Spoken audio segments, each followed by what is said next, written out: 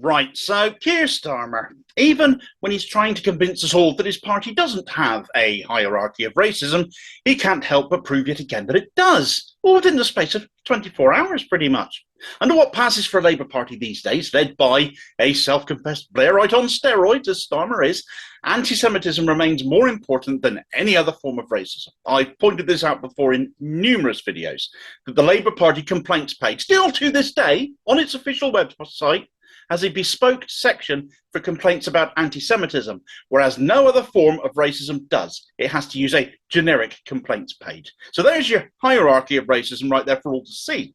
Now, this is a narrative that keeps coming back to bite Team Keep. Anti-Semitism used, as it has been, as an excuse to expel or purge many on the left of the party that Starmer doesn't want, unless they're happy to shut up and do as they're told. But it's been exposed by many left-wing commentators, independent media outlets, even of occasion the mainstream passes mention of it, but not very often. Starmer has a problem because politically he's not very bright. He threw his lot in with the pro-Israel lobby. He's been heavily funded by them. The likes of the Jewish Leadership Council's Trevor Chin funding his leadership campaign, which is why he would never say who his donors were during that time. Should have been a red flag for many who backed him when his opponents revealed theirs. And of course that has continued at every turn, right up to the most recent attack, Starmer acting on behalf of the Board of Deputies to condemn Roger Waters completely dishonestly. He gets called out for it time after time. And it creates a problem when he seemed to be so vociferous and swift in taking on anti-Jewish racism, but fails on every other racist front. So some PR has been called for, and as such, Team Keith has produced a video hitting back at recent accusations of anti-black racism, not least concerning boundary changes where white shadow frontbenchers Steve Reed and Sarah Jones have been able to pick where they want to stand as regards to the new constituencies in their area in South London, whereas Stretham's black left-wing MP Bel Ribeiro Addy was told where she had to go. It went down like cold sick, as you can imagine. But to Starmer's video, which he has tweeted out joyously saying, 36 years since the first black MPs were elected. I'm proud that the Labour Party has become more diverse. But there is more to be done. The Bernie Grant Leadership Programme in memory of pioneering MP Bernie Grant is a 6-month training programme for black aspiring leaders. And the video featured Dawn Butler and David Lammy predominantly as those advocating for the programme in the short piece of video, encouraging black Labour members to apply for this leadership programme. Oh, well and good. But where does it get you in Starmer's Labour? It's already been reported that black MPs are afraid to speak out against this hierarchy of racism on display, literally having told the media they are afraid of losing the party whip if they do. Such is the authoritarianism in place under Starmer. Reinforcing this was some of the actions of the party in the run-up to the recent local elections.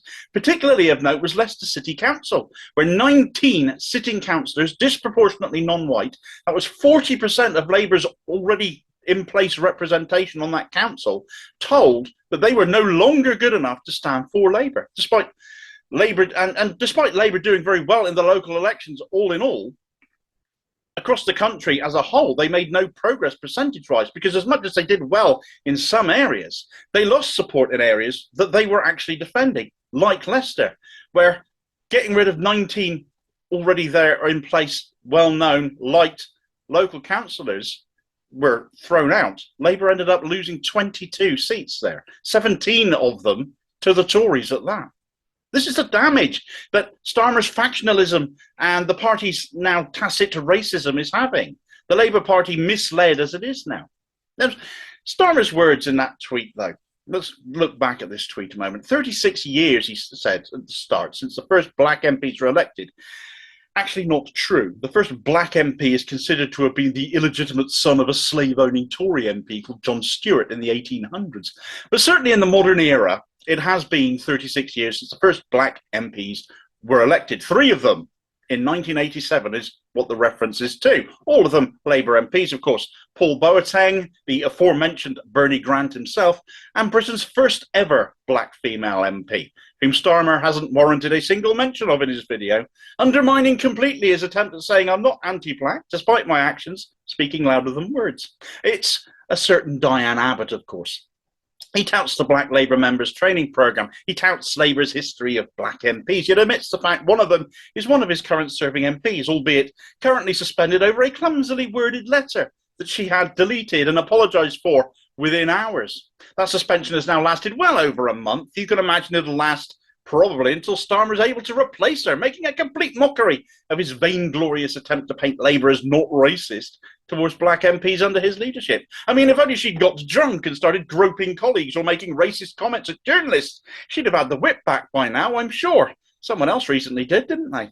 But undermining Starmer's position here still further was a very interesting tweet from a chap called Neil Vinay, I hope I said that right, a cohort of the 2019 Bernie Grant program himself, who said, I was part of the first Bernie Grant leadership program in 2019, and as of now, none of that cohort has been selected as a Labour parliamentary candidate. Members of that cohort have even been blocked from standing. If Bernie Grant were alive today, actually, as a left-winger and as someone who was vociferously pro-Palestinian, he'd be blocked from standing for Labour himself. Of that, I am certain. And I can imagine a great many black Labour members and former members would feel the same way, not least because of the other incident that happened yesterday. This one concerns Margaret Hodge, she who once allegedly screamed at Jeremy Corbyn, calling him an effing anti-Semite to his face. Labour friend of Israel, a woman whose family fortune can trace its links to apartheid South Africa, no less, has exposed what to my mind is blatant anti-black racism, but unlike Diane Abbott, who was, of course, suspended within hours of her letter being published, Starmer not being able to act fast enough in that case, Hodge is still very much in possession of the party whip.